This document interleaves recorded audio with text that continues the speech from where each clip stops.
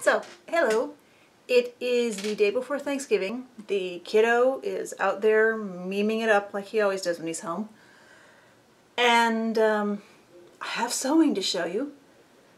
I finished the other dresses from this craft panel print. Tried to do pattern matching in the back on this one. It didn't really turn out very well, but it was just a little extra. So I got those done. I'm a little out of breath because I was going around looking for Chip because I wanted to drag Chip into this video. But he was relieving himself, so I left him alone and came in here and just started this. I posted, actually I've been better about posting most of this stuff on Flickr and Instagram. So some of you, a lot of you have probably seen these already, but I'll go ahead and show them and babble about them in real time. I had two prints that ended up next to each other. I'd used them in other things and I thought, well, those look good together. I want to combine them. And I had the thought that I want to actually do an intentional patchwork, not just the random stuff that I do and not just a bunch of, well, it's kind of a bunch of squares. I want to do them on point though with diamonds and half triangles. And I did that, but then I only had like this strip and then just a very small amount of each of the prints that I used left. And it wasn't enough to make the skirt that I'd had in mind. So I dug into my cloth and trim suitcase. You know, this thing. Which I can close and zip. It's just when I'm actually working with it, it's easier to have everything out. But I decided that I would use different ivory trims and laces to extend, and I ended up with this. It's of course 60 centimeter alternate doll size. And I just tried to use different kinds. We have the Clooney lace here was the first thing I added. And then it's a little weird for me to put lace on top of things because usually when I sew lace to the edges of things, I sew them face to face, sew the edge, and then turn them over so that the top edge of the lace is concealed. But I didn't want to do that with these. Just a design decision that goes against what I normally do, but applying lace to everything also goes against my normal inclinations, so it made sense at the time. So I applied the Clooney, and then I applied this Rochelle, and then this genuinely vintage bias tape, which there's nothing quite like the actual, something that is vintage just has that look to it that you don't get over just things that are trying to look old. And then just ivory at the top. I will probably keep this for my own dolls. It's not as giant ruffled as I like to do, and also the inside. I didn't serge the patchwork while I was making it, so the inside is kind of a mess. It's a real mess. And also, since I was just kind of winging it, like I always do, the seam allowance where I applied the Clooney to the patchwork part is real irregular. And some places it's really thin. So I did fold it up and stitch it again here, but I'm just not sure how easily it might pull apart. So I don't want to sell or trade to someone and have it basically be destroyed just in the process of dressing the doll. Oh, and this little bit of lace right here was like almost all I had left of that, so I was happy to use up that little bit of lace. Because as much cloth and as much lace as I have, I'm always like happiest when I can use the last little bits of it. It makes me feel like I've accomplished something. So then I turn to my bag of cloth that I'm working through, which I would go and pull that over here and show it to you like I just did with my lace. Child just ran past. But that bag of cloth is actually helping prop up the light reflector. I didn't want to turn on the lights. It's a lovely sunny day outside and I have a lot of sunlight streaming in, so I have set up the light reflector. It's one of those metallized foil things that you can like fold up and curl up into little... Anyway, so I don't know if that's making this video look any different or not. It is dazzling me and I'm getting sunlight reflected in my face, so I'm guessing it is getting a little more light. but it might just look weird. Or maybe you can actually see my dolls. I don't know. Anyway, the bag of cloth, the random cloth that I've been trying to work my way through is being used right now. But it has mostly a lot of things that I thrifted. A big grab bag. Well, it's the same bag. It's a bag that like a bed in a bag set came in. It was full of cloth when I thrifted it. I know I have it full of more cloth, but a lot of it is the cloth that I thrifted in it, which included a lot of odd vintage things. Like this is a vintage, I'd say from the color scheme, it's probably from about somewhere around 1980. And it is ready quilted. I don't know if you can see this 2 lines of quilting there. And I decided I would try to make it into a bomber jacket, and I didn't expect much from it, and I actually like it a lot more than I thought I would, and this has gotten some fairly positive reactions online too, on Instagram. So I might go back and line it, add a lining, because you can see it's pretty rough inside.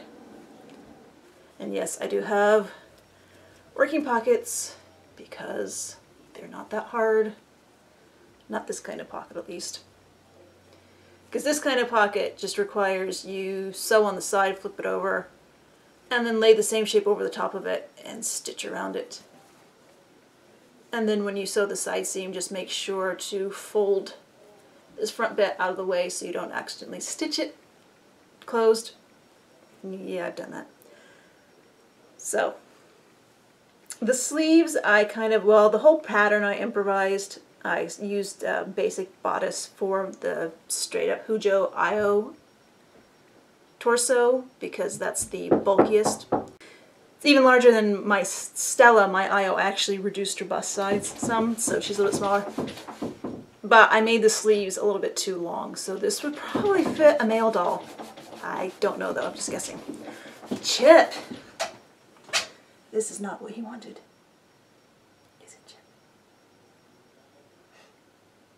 I'm sure he looks bored and just miserable. So, after I made that slightly complicated jacket, I want to make something, well, actually I thought I would make another jacket. So I pulled out another bit of vintage ready quilted cloth from that grab bag of thrifted cloth.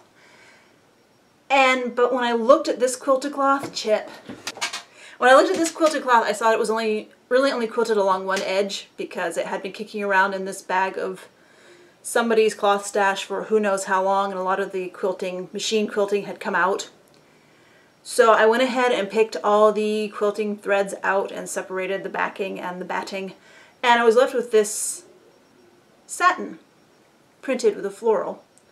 So I went ahead and made a skirt.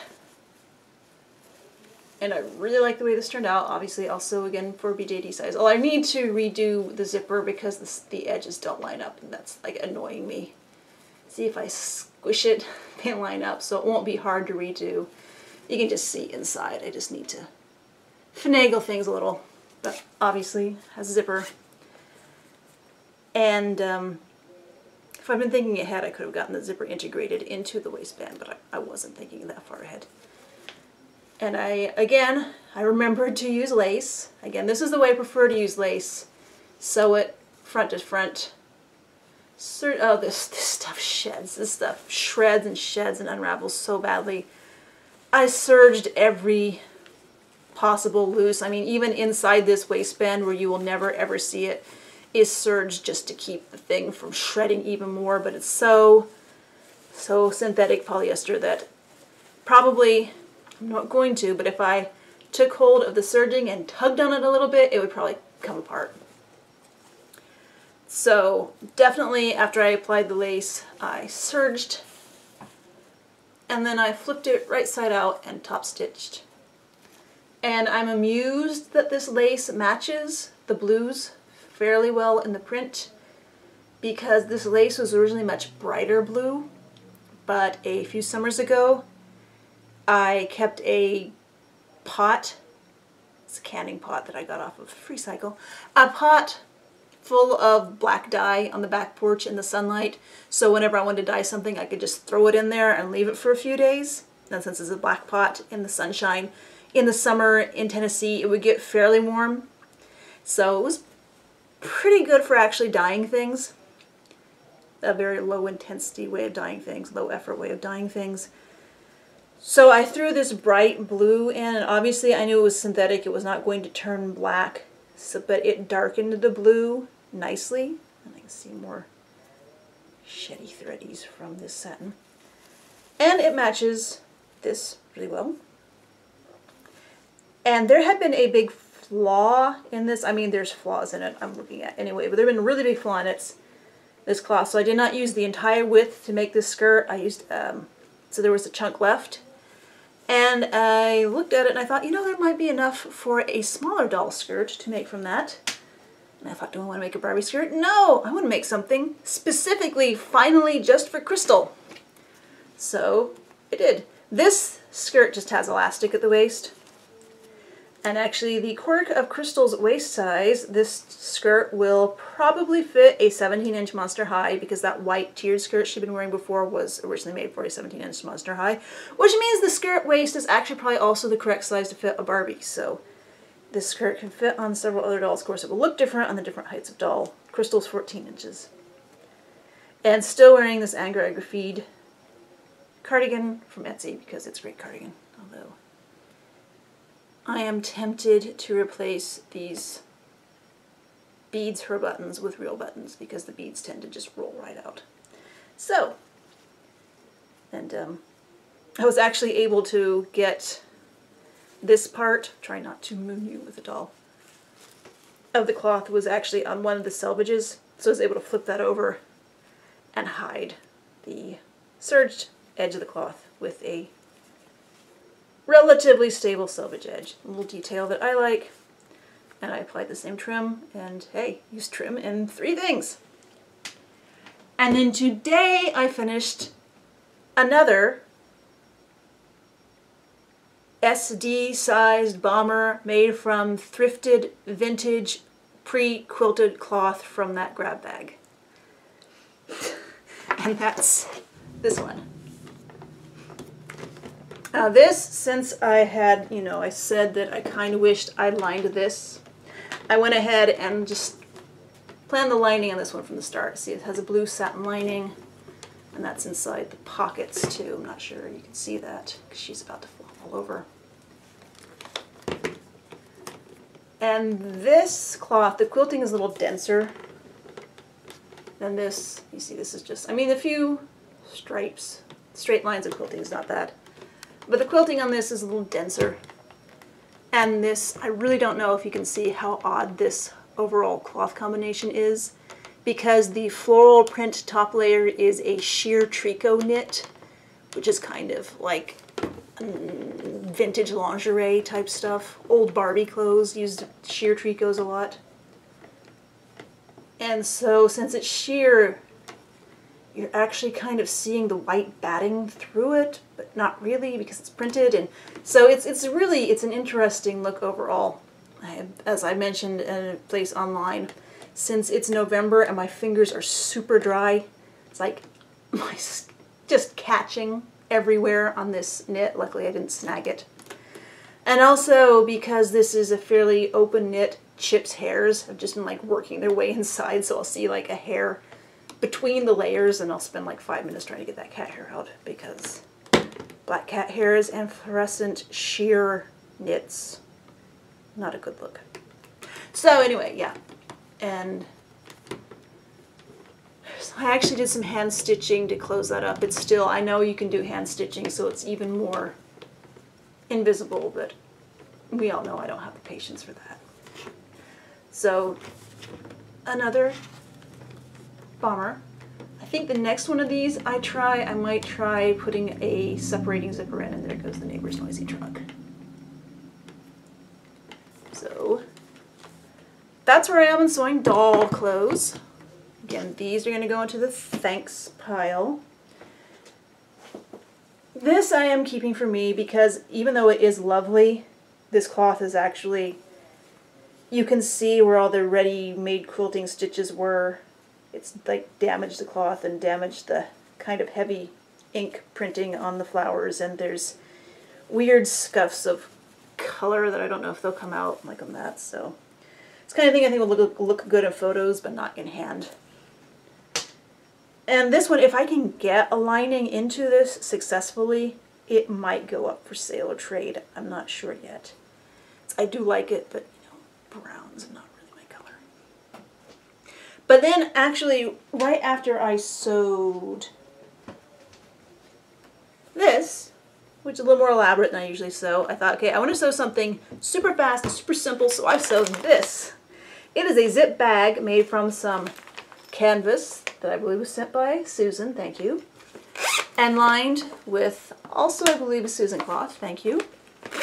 The zipper is from, I think I had once upon a time thrifted yet another grab bag of cloth that was in a bed-in-a-bag bag, and the plastic on it was really deteriorated, or maybe that's what the patterns came in. Anyway, the plastic on the bed-in-a-bag bag was in bad shape, so I went ahead and salvaged the zipper. So this is a definitely used zipper. And this, this cat image is on from a heavy plastic cat food bag. It's that kind of plastic that's actually woven. I don't know if you can see that here or not. Is it even focusing on it? Does it see the cat face, or is it just glare because of the sun? So this is just something for my amusement that I'd wanted to try for a while, and was a really good project to do after this sort of elaborate bag, dress, skirt. But then I decided I also wanted to use some of this Susan cloth that I thought went together really well, but the weights and the prints just didn't seem quite right individually for dolls' clothes. And you know me, I'll use anything for doll clothes, but some things I'm a little picky about what I use for doll cloth. But I really liked these two prints together, so I made this zipper bag. This Susan cloth, and this is from, not only from my stash, but also from the bag that I'm trying to work my way through, so that was a nice bonus use. And it is lined with that grape print that I used to line the jackets I made from the thrifted like tablecloth and quilted blanket thing, My Adventures in Sewing. And I'm sure a lot of people have already turned this off because it's not about dolls anymore. And I have gone into thrift stores. I have not found anything. I don't know if I will still try to go into thrift stores in December, or if I'm just going to stay away from shopping except for groceries in general for December. I'm definitely not going out Black Friday. Monday at the grocery store was bad enough as far as so many people. So I'd rather not be out when there's people. I like being out at like 9 o'clock on a Monday morning when no one else is around.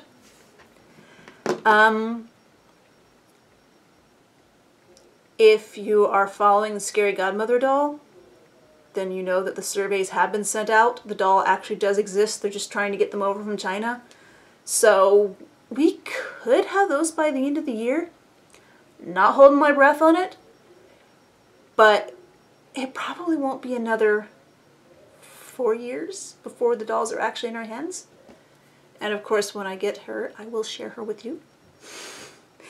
Because if I'm not thrifting, then I'm not acquiring new dolls at nearly the rate that I was, but I'm going to still try to entertain you with the videos. And I again hope that my lighting isn't weird, but I am half blinded from the sunlight reflecting off of this thing, so I'm going to call it an end here. And happy Thanksgiving or happy Thursday, whatever means more to you. Bye!